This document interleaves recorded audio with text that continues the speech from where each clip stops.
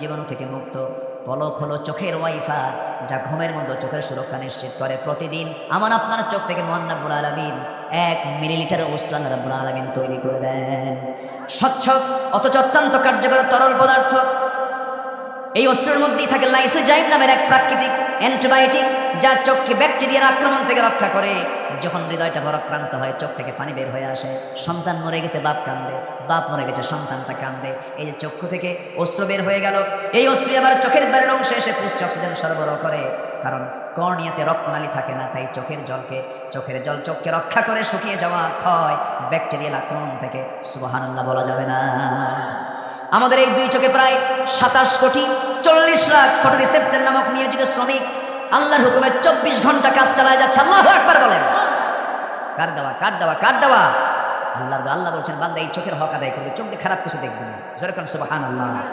আল্লাহ বলছেন, আলাম নাজআল লাহু আইনাইনি ওয়া লিসানাহু ওয়া শাফাতাইনি ওয়া হাদাইনাহু নাজদাইন। জোরে বলুন আল্লাহু আকবার। টানা টানা চোখ দিলাম, সুন্দর 2টা ঠোঁট দিলাম, কান দিয়েছি, কানের মধ্যে ময়লা দিয়েছি। কানের ময়লা আছে না নাই বলেন? কানের ময়লা কেলাকে কি বলে? খোল। গরু খায় এই খোল, সেই খোল না। এই খোল হলো ইয়ারক্স, কানের ময়লা। কিন্তু ময়লা এটা নয়, এটা হলো যখন কোনো বিয়ারিং, যখন কোনো জাম লেগে যায়, তখন কিন্তু মিস্ত্রি তার মধ্যে গিরিজ দিয়ে দেয়, ওর মধ্যে তেল দিয়ে দেয়, মোবাইল দিয়ে পরিষ্কার করে। আমার আল্লাহ আমার আপনার কানকে সুরক্ষিত করার জন্য কানের মধ্যে ময়লা দিয়েছেন, এটাকে তিতা করে দিয়েছেন। আপনি শুয়ে পড়লেন, হঠাৎ করে কোনো পোকামাকড় পিঁপড়া যদি ঢুকেও পড়ে, ওই তিতা জিনিসটা দেখি সে চট করে বাইরে বের হয়ে আসে। আর যদি ওইটা যদি কানের ময়লা যদি মিষ্টি হতো, সব পিঁপড়া গিয়ে জমা হতো কিসের কান? বলেন, কান সাফ করবেন না, ঘুম পারবেন? কত বড় বেকায়দা হয়ে যেত। কানকে সিকিউর করেছেন, সেফটি করে দিয়েছেন, চোখকে সেফটি করে দিয়েছেন। এরপরে মুখের মধ্যে আল্লাহ রাব্বুল আলামিন লালা দিয়ে 24 ঘন্টা আমার জিহ্বাকে সিক্ত করে রেখেছেন। বান্দা, মুখ যদি শুকে যায়, তুই আমার নামের জিকির করবি কেমনে? কথা বলবি কেমনে? খাবি কেমনে?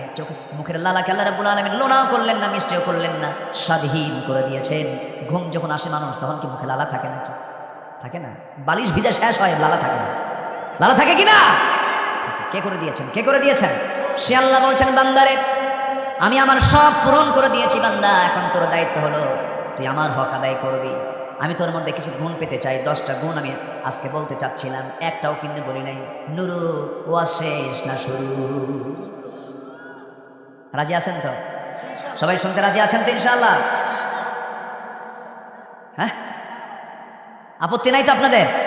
আল্লাহু আকবার। যে আপনার পাশে থেকে উঠবে, তাকে শক্ত করে ধরবেন আর আস্তে করে বসায় দেবেন। মেজাজ গরম হলে বুঝকে হাসি মারবেন, সব ঠান্ডা। একটু বসেন, সময় দিচ্ছেন তো আমাকে?